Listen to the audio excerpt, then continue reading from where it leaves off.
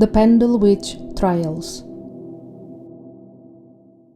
Di bagian pertama kisah The Pendle Witch Trials ini, kita sudah membahas Alison Device yang dituduh mengirim mantra sihir kepada John Law yang menyebabkan pria tersebut jatuh sakit. Sehingga hakim lokal Roger Nowell menerima laporan pengaduan mengenai kasus ini. Roger segera melakukan penyelidikan dan memanggil Alison untuk dimintai keterangan. Gadis itu dengan penuh penyesalan mengakui perbuatannya yang telah mengirim sihir kepada John.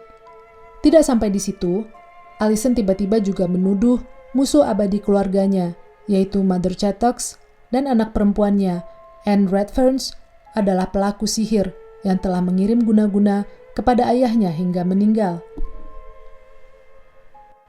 Alison menyebut mendiang ayahnya telah diperas selama bertahun-tahun dengan cara membayar gandum kepada Chattox agar terhindar dari guna-guna yang setiap saat bisa dikirim perempuan tua itu.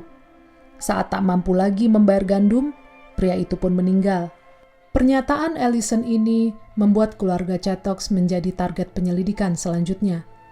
Tak terima dengan tuduhan yang dilemparkan Alison, Mother Chattox dan anaknya pun menuduh balik keluarga Alison, terutama neneknya, Old Demdike, adalah juga pelaku sihir. Akhirnya pada tanggal 2 April 1612, Roger Nowell memutuskan Alison Device, Old Demdike, Mother Chattox, dan Anne Redfernes sebagai terdakwa dan siap dikirim ke penjara Lancaster Castle untuk menunggu hari persidangan.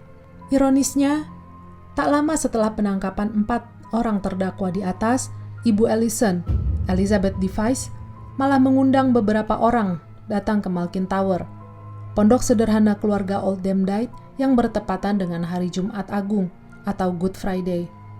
Dan demi menghormati tamu-tamunya, Elizabeth menjamu mereka dengan daging domba yang diyakini adalah hasil curian anaknya, James Device. Tidak begitu jelas dalam rangka apa pertemuan ini berlangsung. Berita tentang pertemuan di Malkin Tower ini sampai ke telinga otoritas setempat yang loyal kepada raja. Mereka segera mendatangi pondok tersebut dan menuduh semua yang hadir adalah para penyihir yang sedang merencanakan pembunuhan. Hasilnya, 8 orang dituduh hadir pada pertemuan itu dan segera diberangkatkan ke penjara Lancaster Castle, menyusul 4 orang sebelumnya kecuali si bungsu Janet Device. Kini, kasus yang berawal dari 1 orang tertuduh berkembang menjadi penyelidikan menyeluruh terhadap segala kegiatan sihir di seluruh Pendle.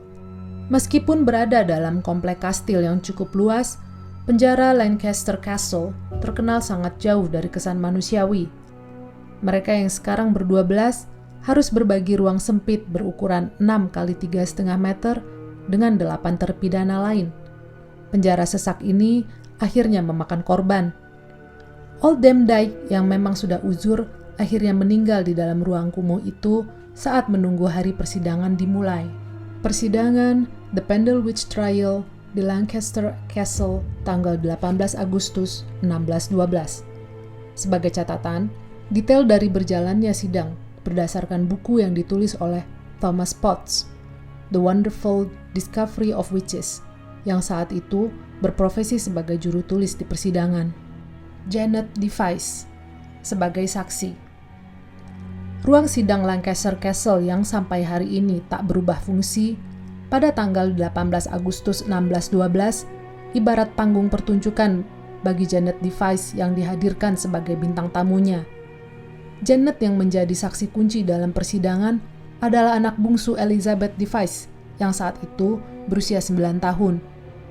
Semua tuduhan dan kesaksian tentang siapa saja yang hadir pada pertemuan di pondoknya dengan sangat meyakinkan keluar dari mulut kecilnya yang akan menyeret semua terdakwa, termasuk keluarganya, ke tiang gantungan.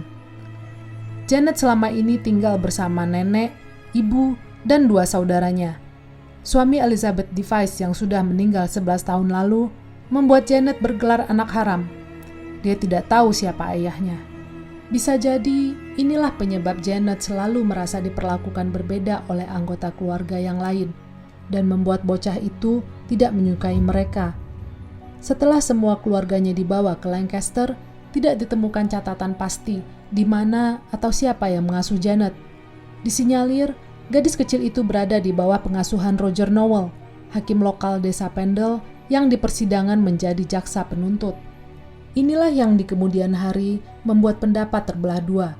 Ada yang mengatakan kesaksian Janet benar adanya, dan dengan diselimuti rasa dendam kepada keluarganya, dia menceritakan kejadian yang sesungguhnya.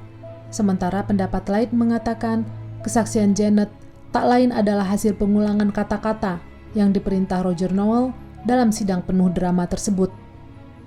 Elizabeth Device, terdakwa. Elizabeth menurut notulen persidangan digambarkan sebagai orang yang tidak memiliki rupa seperti umumnya perempuan normal.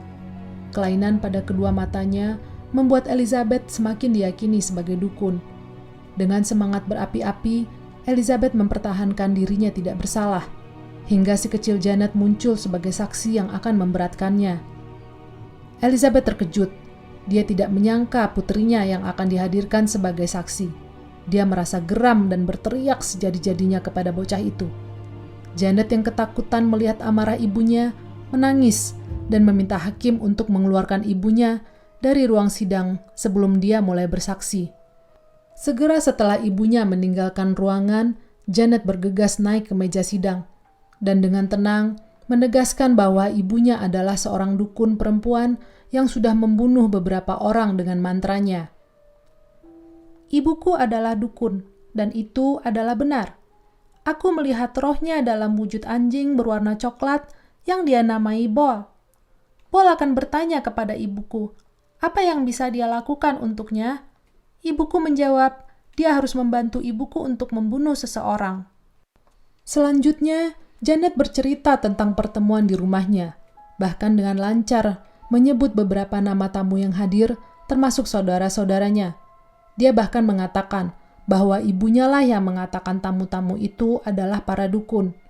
Tidak hanya Janet yang memberatkan ibunya, saudaranya, James, ikut pula memberi kesaksian. James mengatakan ibunya telah mencuri beberapa tengkorak dari kuburan dan mengubur gigi-gigi dari tengkorak tersebut di bawah tanah rumah mereka. Gigi-gigi itu bahkan ditemukan oleh otoritas lokal saat menggeledah pondoknya dan menjadikannya sebagai barang bukti di pengadilan. Alison Device, terdakwa. Alison masih seperti pengakuannya terdahulu, tanpa ada pembelaan sedikit pun, menyatakan diri bersalah. Dia menyesal dan benar-benar yakin menjadi penyebab atas penderitaan John Law. Saat persidangan, dia pernah diminta untuk mengembalikan pria itu seperti semula. Sayangnya, dia tidak berhasil. Selanjutnya, dia mengatakan bahwa neneknya, Old Dame Dyke, yang pada saat persidangan sudah meninggallah yang sesungguhnya memiliki mantra sihir yang bisa menyembuhkan John. James Device, terdakwa. Janet kemudian bersaksi memberatkan saudaranya James.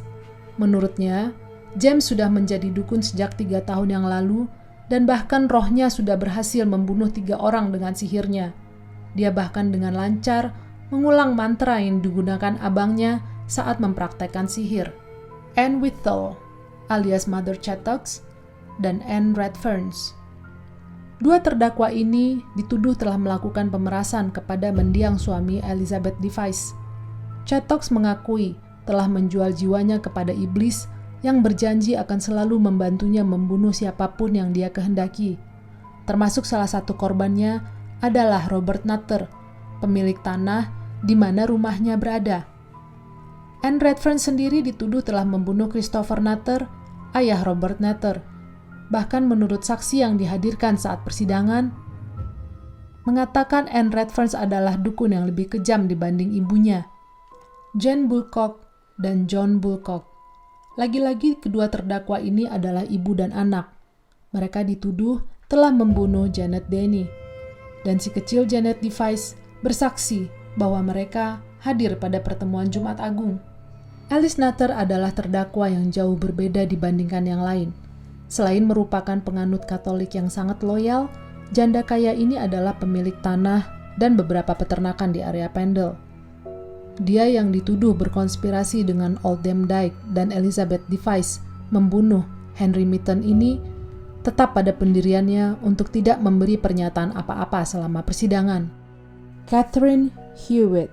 Menurut kesaksian James Device, Catherine Hewitt membuat pengakuan saat pertemuan di pondoknya bahwa dia telah membunuh seorang anak kecil bernama Anne Foltz.